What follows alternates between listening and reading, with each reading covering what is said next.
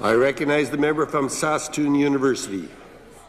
Thank you, Mr. Deputy Speaker, and I'm proud to stand in my place and speak in support of the budget motion and against the amendment put forward by the member from Saskatoon, Nutana.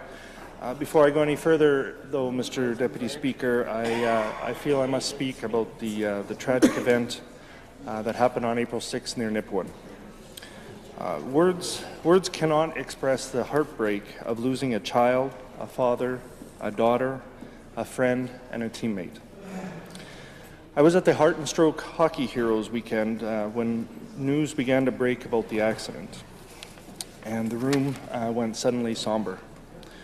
Everyone in that room looked inward, remembering their own experiences on a bus, a road trip, or a memorable tournament that they shared with their teammates. They'd all been there, Mr. Speaker, and in their minds they were there again. In the days that followed, as the scope of the tragedy was fully understood, we saw the backbone and the resilience of the Saskatchewan people. Whether it was the huge amount of money donated, people opening up their homes for friends and family of the victims, churches comforting the grieving, or the first responders who didn't know the meaning of the word quit, Saskatchewan, Canada, and indeed the world responded. All of us had a connection to this tragedy.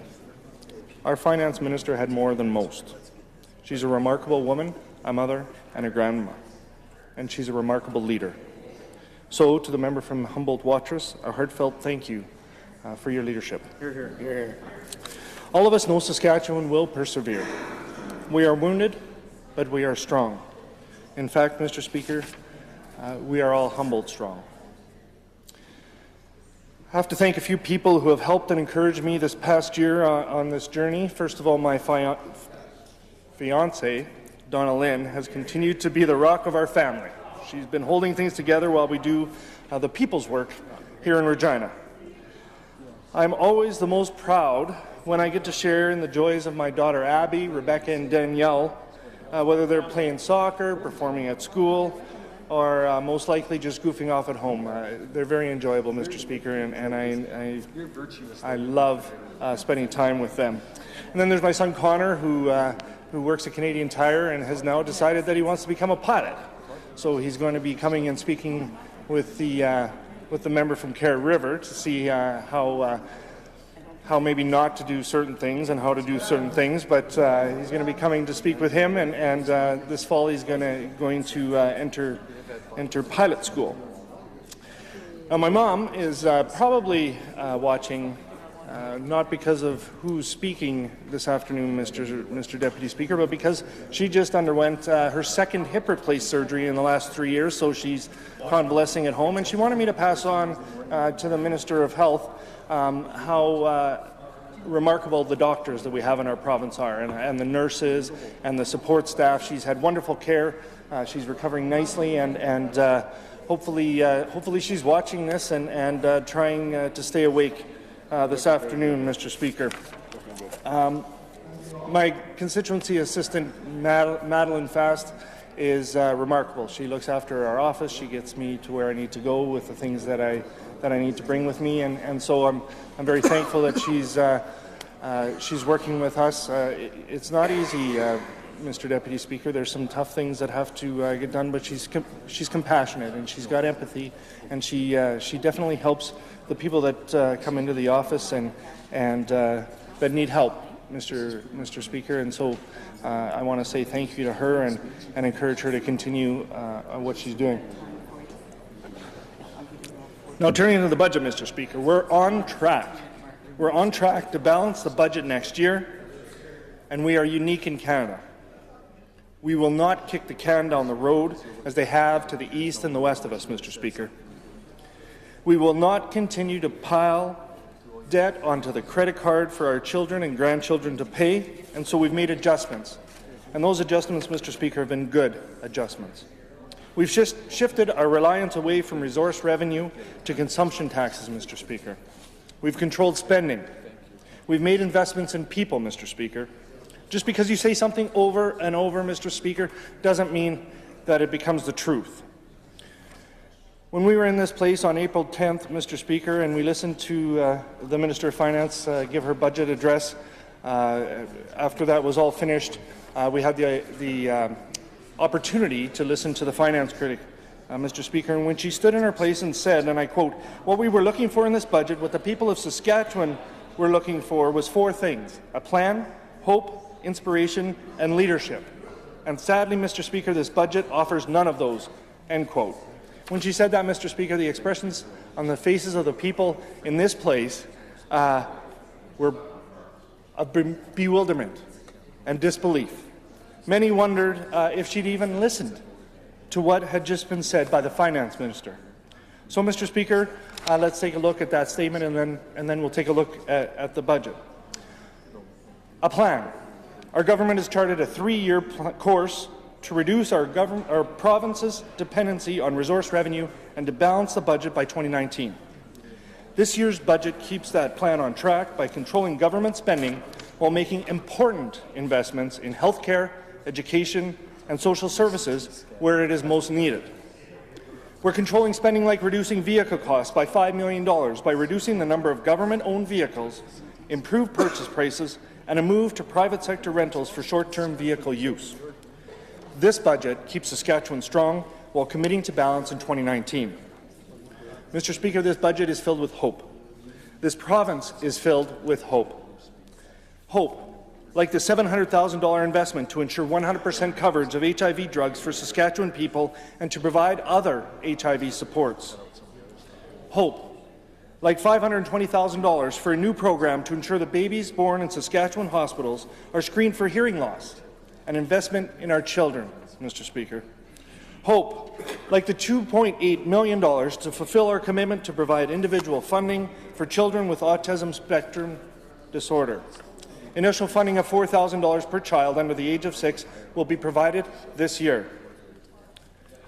Leadership. Mr. Speaker, our government has been showing leadership for 11 years.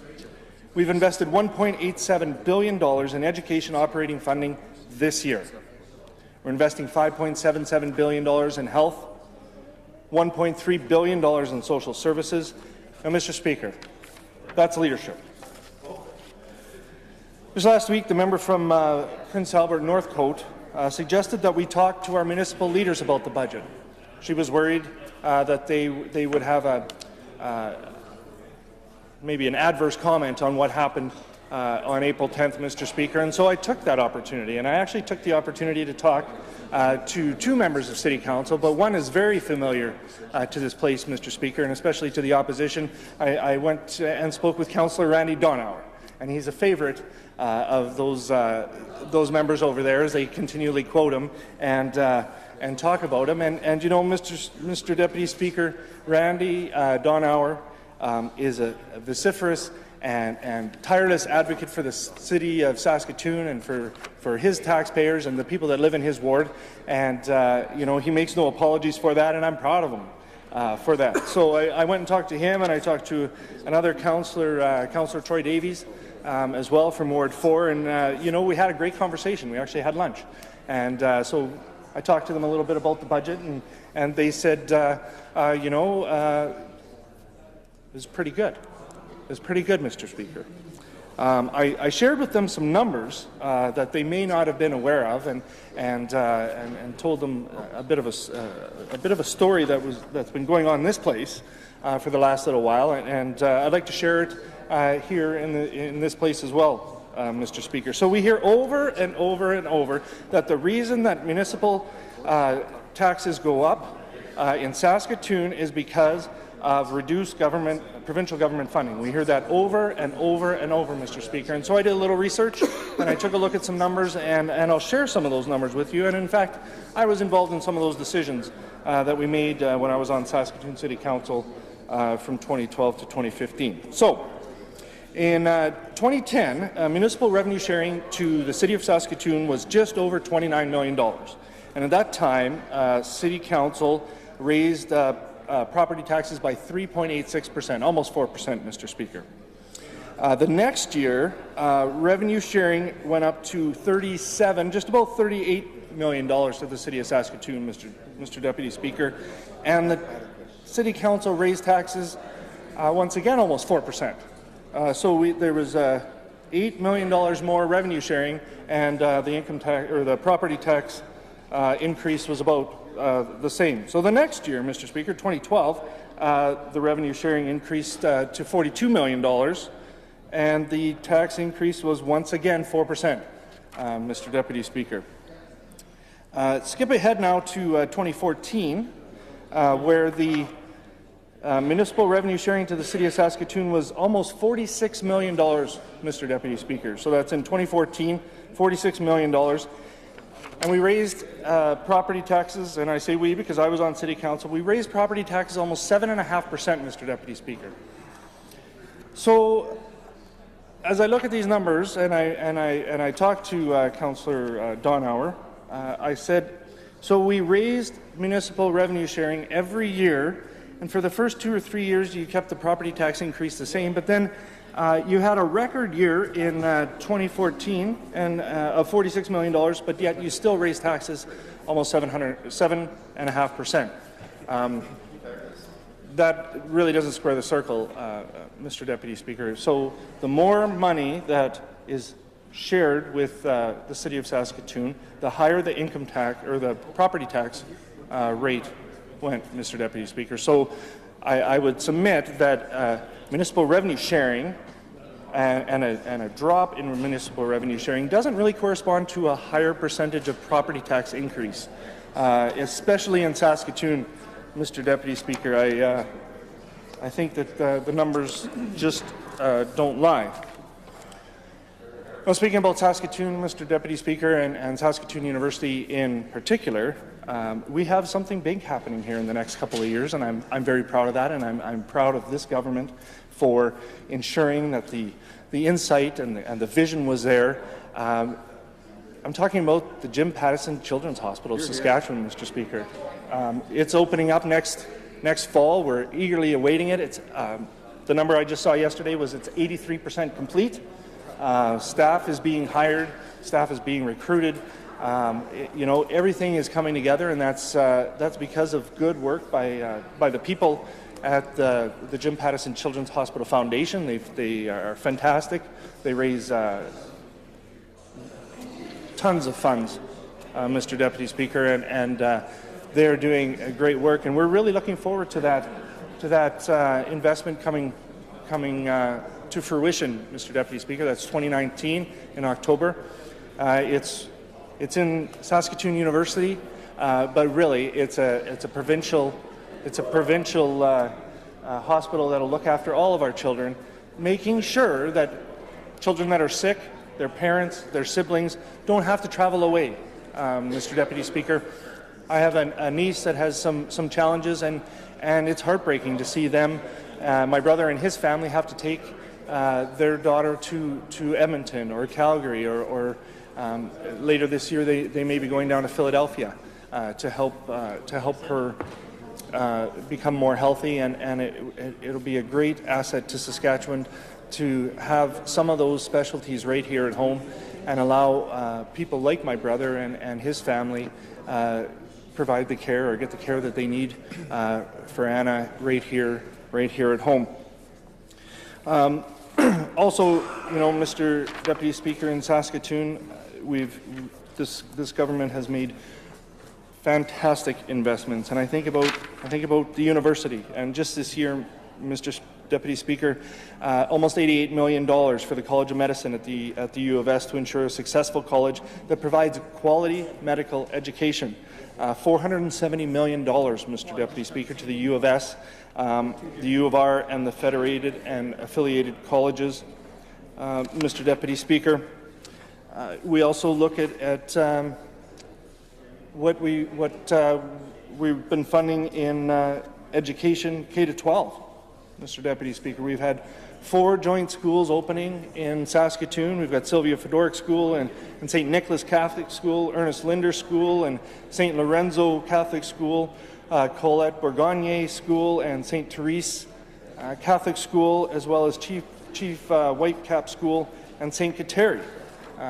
Mr. Deputy Speaker, in 2016, Ecole St. Matthew School received $9.6 million for a renovation that was sadly overdue, Mr. Deputy Speaker. George Vanier, Edie Fian, my old alma mater, Holy Cross, got a new facelift, and you know that was almost $19 million, Mr. Speaker. So this government has been investing in Saskatoon and in the citizens of Saskatoon and the citizens of Saskatoon University for the last 11 years, Mr. Deputy Speaker, and this year's no different. We're on track to get back to balance next year, Mr. Deputy Speaker, through leadership, through hope, through inspiration, and through the hard work of the Saskatchewan people. Mr. Deputy Speaker, we're not going to stop. We're going to carry down the path that we're going because we are on track and because the Saskatchewan people deserve it, they want it, and they demand it. So I will not be supporting the amendment, Mr. Deputy Speaker, put forward by the member from Saskatoon-Untana, and I will be supporting the budget that was presented by the Finance Minister. Thank you, Mr. Speaker.